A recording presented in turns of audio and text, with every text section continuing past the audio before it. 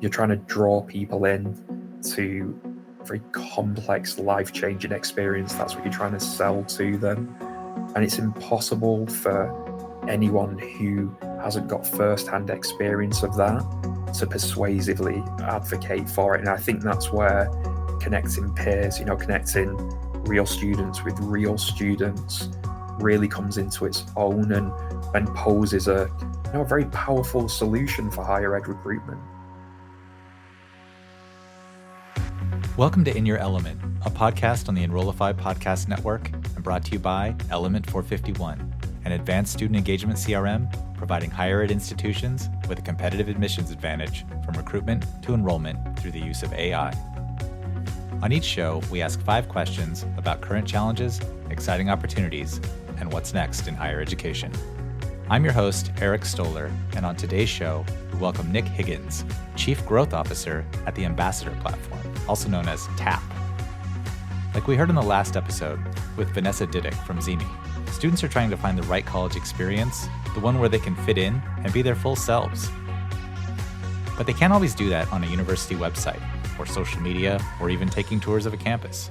And that's why platforms like Zimi and the Ambassador Platform exist, so students can feel connected and engage with their higher ed institution, even before they walk across the quad for the first time. For Nik and the Ambassador Platform, they've developed a new way to connect called XCM. So an XCM platform's a new kind of technology, and it's built with education providers specifically in mind. And it enables them to give prospective students who can be anywhere in the world an authentic insight into what their institutions really like. And it does this by facilitating connections between prospects and ambassadors that happen via user-generated content, peer-to-peer conversations, and live video streams.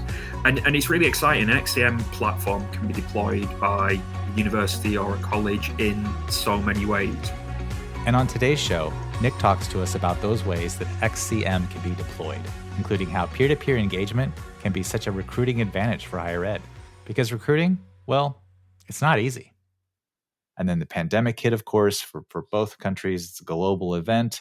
Kind of prior to the pandemic and now, as well as maybe a little bit post-pandemic, recruitment in higher ed, it's kind of getting more and more challenging. It is, Eric. And why is that? Why do you think it's getting, what do you think? One, I guess, is what can we do about it?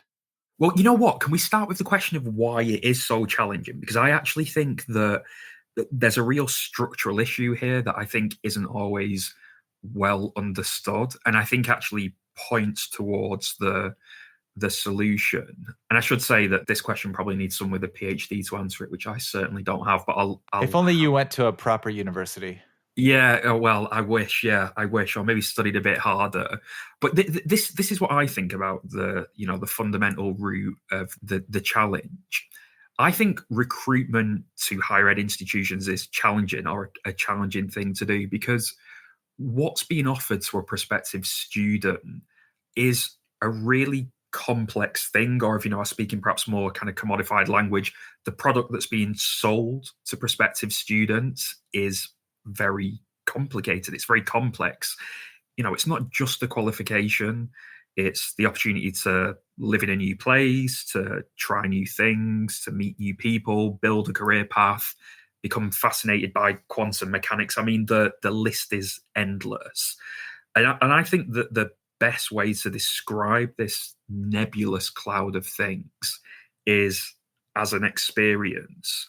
And then, if we work this logic back into the question of why recruitment in higher ed is so challenging, I think what we're actually asking, or what we're actually thinking about, is why it's so challenging to recruit people to an experience. And I think if we think about it like this, the crux of the problem becomes self-evident, at least to me. Experiences are such nuanced, highly personal things, and they're perceived by people in radically different ways. So as a recruiter, your job or your challenge becomes trying to codify an experience, a highly complex thing which consists of a dizzying amount of variables, in something that you can, package up and talk about yourself, that you can write down in a prospectus or, capture in a 2-minute hero video that your marketing team produces. And, when you think about that, that really is a very big and very genuine challenge. Especially when everyone, I used to make the joke that everyone in the UK was putting out imagery of, a couple of students sitting underneath a tree with some books on a blue sky, non-rainy, sunny day, and which we all know is maybe not always the norm. Yeah, exactly. I think it's called someone. That's really funny. Someone told me once that was called "Three in a Tree." That kind of photo, with the students, the tree in a blue sky background. But exactly, that image, and I realize this is a radical oversimplification, but that image is never going to capture the totality of what a student is going to experience at your institution. It's probably not even going to capture a tiny fraction of it. And if that, again, it's a radical simplification, but if that is the vehicle that you're using to communicate what your amazingly nuanced university or college is about, if that's one of your recruitment tools, one of the levers that you have to drive decision making, it's always going to be an uphill battle. Yeah, well, it's that striving for authenticity and the real in spaces where that hasn't always been the case. I saw an interesting, I guess you'd call it a marketing video from Kiel University, where they had apparently handed a GoPro camera to a student to kind of film a walk around campus. They're kind of a tour.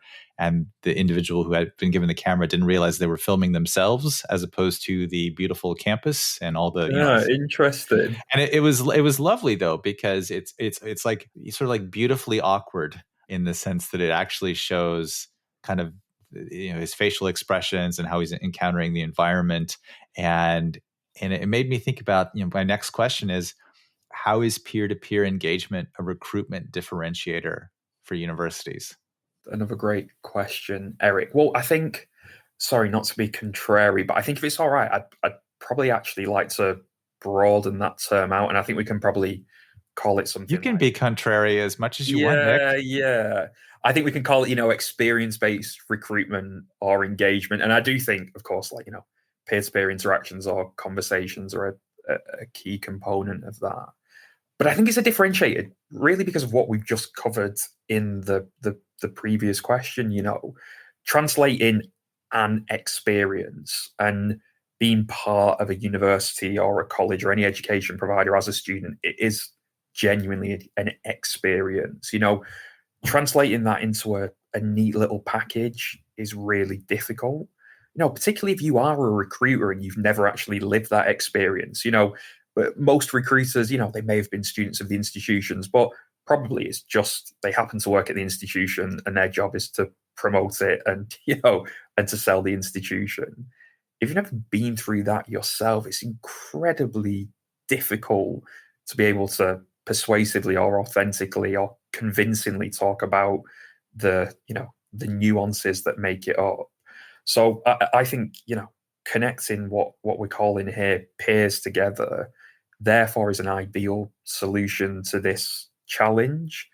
What you do there is sidestep the need for recruiters to try and talk about what it's really like. I suppose here you're kind of cutting out the middleman, and instead what you do is allow someone who's in the thick of, or right in the middle of living the experience, to talk directly to a prospective student in a way that resonates with them and has the level of authenticity and accuracy that's otherwise very difficult to achieve. It's the question you asked me before, Eric, is so complicated. Why is higher ed recruitment difficult? I'm sure we could talk for hours about that, but I do think, trying to keep it simple, it comes down to the fact that you're trying to draw people in to a very complex, life-changing experience. That's what you're trying to sell to them. And it's impossible for anyone who hasn't got first-hand experience of that to persuasively advocate for it. And I think that's where connecting peers, connecting real students with real students really comes into its own and poses a very powerful solution for higher ed recruitment. That's a great answer. Thanks for kind of taking it in that that direction. The idea of sort of students sharing their experiences, it's sort of the idea of they're actually walking in those shoes. They're in that, in those courses. They're taking the modules. They're eating at the cafes on campus. They know all the stories and all the tales and things. Yeah, you're right, Eric, but it's even more than that, and I don't, people are probably thinking, goodness me, this is a very meta answer to quite a straightforward question. But, it is more than that. The students at an institution, yeah, they know the cafes, they know the cool spots to hang out, they probably play one of the sports team, but they're also feeling the changes that studying at this particular place or living in this new city is having on them. They're experiencing firsthand in a very personal way the changes to their thought process and the way that it's allowing them to rethink and rephrase, their future opportunities. It's just so highly personalized and so predicated on the need to have, lived it, to be able to talk about it, that that I'm kind of surprised that it's not been a feature of recruitment in higher ed more prominently in the past. But yeah, there we go. Now, widening participation is, a phrase that's used in UK higher education. Probably the closest equivalent in the US is maybe DEI, diversity, equity, inclusion. Very important, obviously, not just to higher ed institutions, but to society at large. And I was just curious about, how does TAP foster both, WP and DEI using XCM? Yeah. That was amazingly phrased, Eric. Well, I think the first thing to say is that the ambassador platform's already being actively used by institutions as what we call in the UK a widening participation tool, a DEI tool in American parlance. And some really prominent universities like Oxford and Cambridge have embraced it as something that can demonstrably enhance their outreach work with prospective students from underrepresented groups. And that's amazing, of course, but actually this kind of work's always been pretty fundamental to our mission at TAP.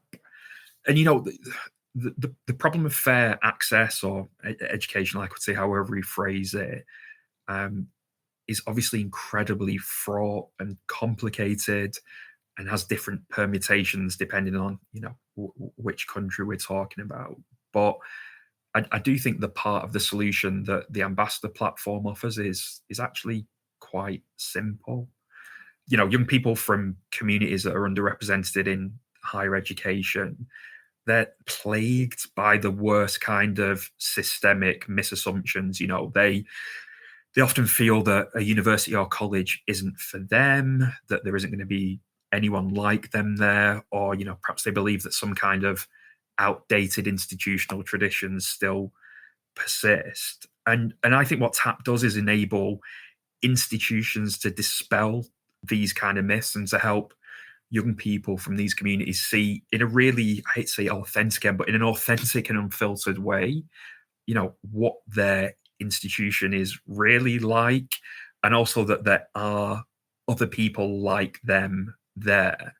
And I think really importantly as well, I think it provides quite a lot of agency to young people from underrepresented groups.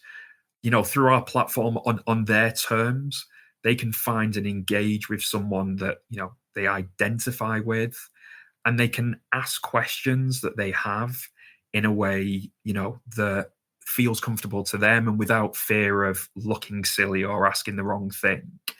And I just think, as an anecdote, so I spent the early part of my career working in further education, which for any American any American listeners is the 2 years before you go to university in the UK. So I was working with kind of 16 to 19-year-olds, and my job was to work with young people from disadvantaged backgrounds or from communities that were underrepresented in higher education and help them make the journey to study at university. And no matter what I said to these young people as their teacher, and no matter what a representative from a university who might might come and visit the school would say to them, the thing that really made the difference was being able to connect with and engage with someone that they identified with, that someone that they felt comfortable speaking to, someone that they believed was going to give them honest answers and could talk about their experience at a particular university or college. And really what TAP's trying to do is make these kind of connections that way back in the past I had to set up by inviting student ambassadors to come and sit with my students in the school that I worked in. We're trying to make these connections available to as many prospective students as possible, whenever they need them and wherever they happen to be, however distant socially or geographically from an institution they are. We want to make those kind of connections available because, going back to what we were talking about before, by enabling people who are living it to talk authentically about what the experience is really like, you can in a very real way help to dispel, myths and assumptions that persist and perhaps prevent young people from underrepresented groups and communities from accessing higher education. No, that's a great answer. Thanks for that. And Nick, how do people do these engagements? Is it on desktop or on mobile, or how does that actually take place? Yeah. So for a prospective student, they can engage with the Ambassador platform either on desktop or through mobile. So what we call the TAP feed, which is the front end view for prospective students.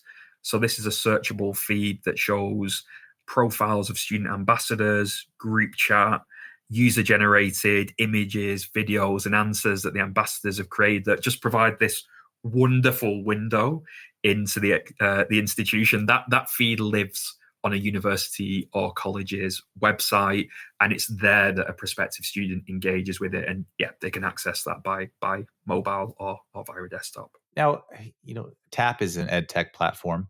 I think at the end of the day, and I was just thinking about how did or does still, the pandemic, how's it influenced the speed of digital transformation now and adoption, really, of ed tech at maybe unis in the UK or some of the other countries that you're working in? Yeah, I mean, I don't know what you think, Eric, but I think it's still very much a present tense thing, isn't it? I think we're still feeling the effects of the pandemic in the sector and will do for some time. And I think, the straightforward answer, before perhaps I'm at the risk of getting a little meta again, is that it's definitely upped the pace of adoption and digital transformation. There's no doubt about this. But I think, like, digging in, there's actually a really interesting reason for this. In other sectors, and I'm thinking outside of HE, the impetus for digital transformation is very much driven by the continuous quest to find efficiencies. I'm sure we all recognize this. Commercial targets and ultimately the profit motive make the adoption of new technologies a kind of constant prerequisite. The thing is, at least by my assessment, universities and colleges exist in a slightly different space. They're different kind of entities. I suppose we could describe them as perhaps quasi-commercial. And I think personally, it's quite right that that universities, are not businesses in the classical sense of the term. At their heart, they're the kind of centers of education and learning. However, what I think this does mean, though, or certainly has meant in the past, is that there's room for an incumbency of approach, or and I'm using inverted commas here. The listeners won't be able to see that I'm conscious that in quotes. I'll translate your version of English. Thank you. Yes. No. Thank you. Yeah. In quotes, there becomes an accepted way of doing things, and I think this incumbency of approach, this accepted way of doing things, is something that I think simply might not be sustainable in other sectors. And thinking about this from a student recruitment perspective, it perhaps means that slightly outdated techniques persist longer than they should. And therefore, it's only an event like the pandemic, which is able to act as a kind of forcing function for things to be done differently. And obviously then technology, or particularly ed tech, is a vehicle to enable these changed practices. And I think of, sorry, I've gone off on an absolute tangent there, but I think it's Amazing. Keep going. No, thanks. I think it's a real world example. And I'd ask the audience to consider this. Would it have been conceivable 2 years ago that all open house days, I'm trying to use the correct American parlance there, not open days as we call them in the UK, but, is it conceivable that all open house days the world around would have been delivered entirely virtually over the past year or 18 months? And I think the answer's probably not. But, the pandemic made this a necessity. I think institutions have done a great job of adapting.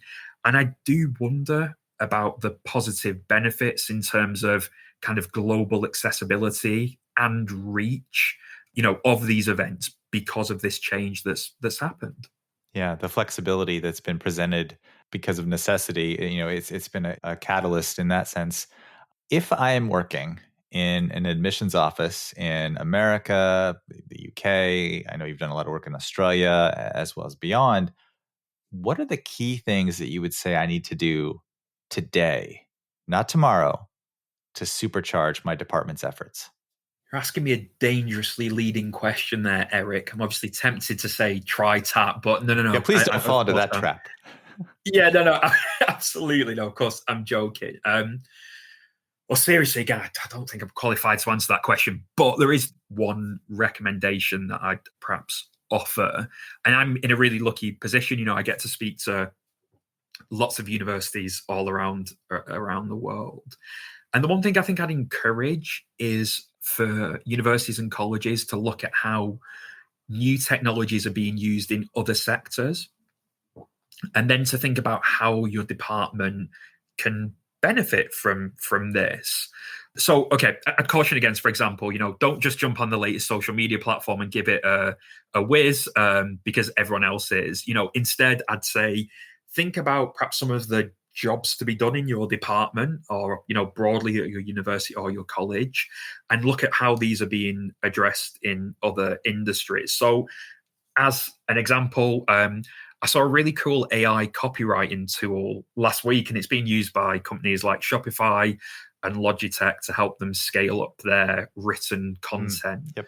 So perhaps, for example, the challenge in your department is that you want to up your organic social output, but your team just doesn't have the capacity to write enough copy to do very regular posts. And this tool, which is called Jarvis.ai, if anyone wants to check it out. It's very Avengers, Iron Man. Yeah, it is indeed. Yeah, but that could be just the perfect solution for you. And I think universities are very busy teaching people and researching things, which is absolutely right. And recruiters are trying very hard, year on year, cycle on cycle, to get students in the door. And I just think it's one thing that I've observed that perhaps, and I think it's really unfortunate because there is so much brilliant innovation in the higher ed sector, but I think sometimes it can be a laggard in terms of the adoption of new technologies. And I think, institutions, and this might be marketing, recruitment, admissions, enrollment departments, but actually thinking, right, okay, here are the problems we've got. Let's look at how we can solve these in innovative ways.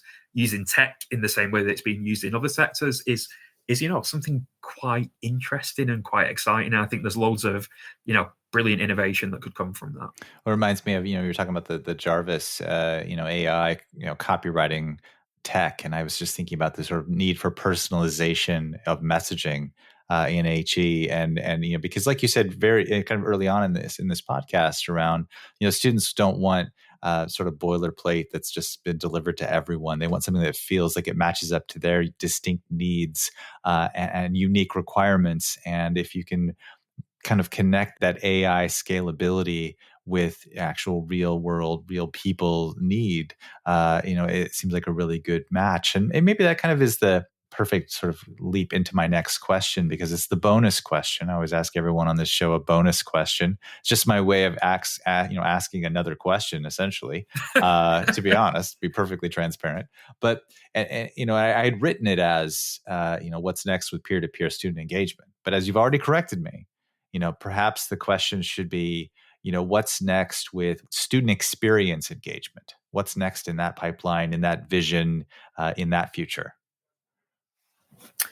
I think it's all about staying humble and staying on trend. And if I think about that, from the ambassador platform's perspective, the kind of technology that we offer hinges on being able to really effectively help provider showcase the unique experience that their institution offers to prospective students.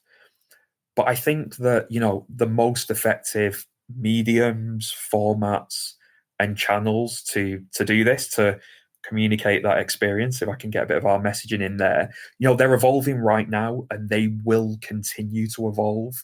And so I think it's our role as a technology provider to stay well ahead of this curve, to ensure that our platform particularly remains an innovative and impactful solution for customers. But I think that's maybe a message that we can all take, and I think I hope is kind of useful for the sector.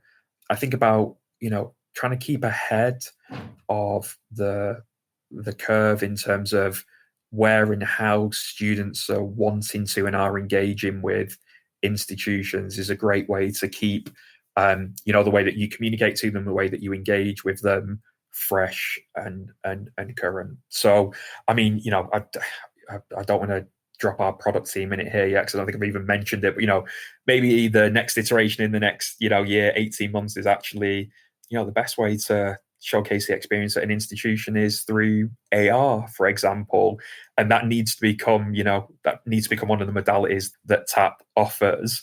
I don't want to promise that to our current customers, because we might not quite get there in that time. It's in the roadmap. It's in the roadmap with air quotes. Yeah, in the roadmap with air quotes. But what I'm saying is, I think that it's really important to stay ahead of that. The point is to help a prospective student understand that your institution is the best fit for them. How that's delivered, is changing and will continue to change. Nik Higgins, thank you so much for being on In Your Element today. Thank you so much, Eric. It's been an absolute pleasure.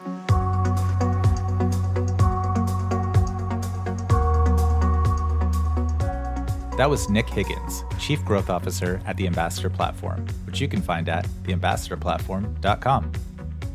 Thank you for listening to In Your Element, brought to you by Element 451 and part of the Enrollify Podcast Network. You can find more about the Element 451 Student Engagement CRM at element451.com. And if you like what you heard, please give us a rating and review, and follow along on Apple Podcasts, Spotify, or wherever you get your podcasts. I'm Eric Stoller, and we'll see you next time on In Your Element.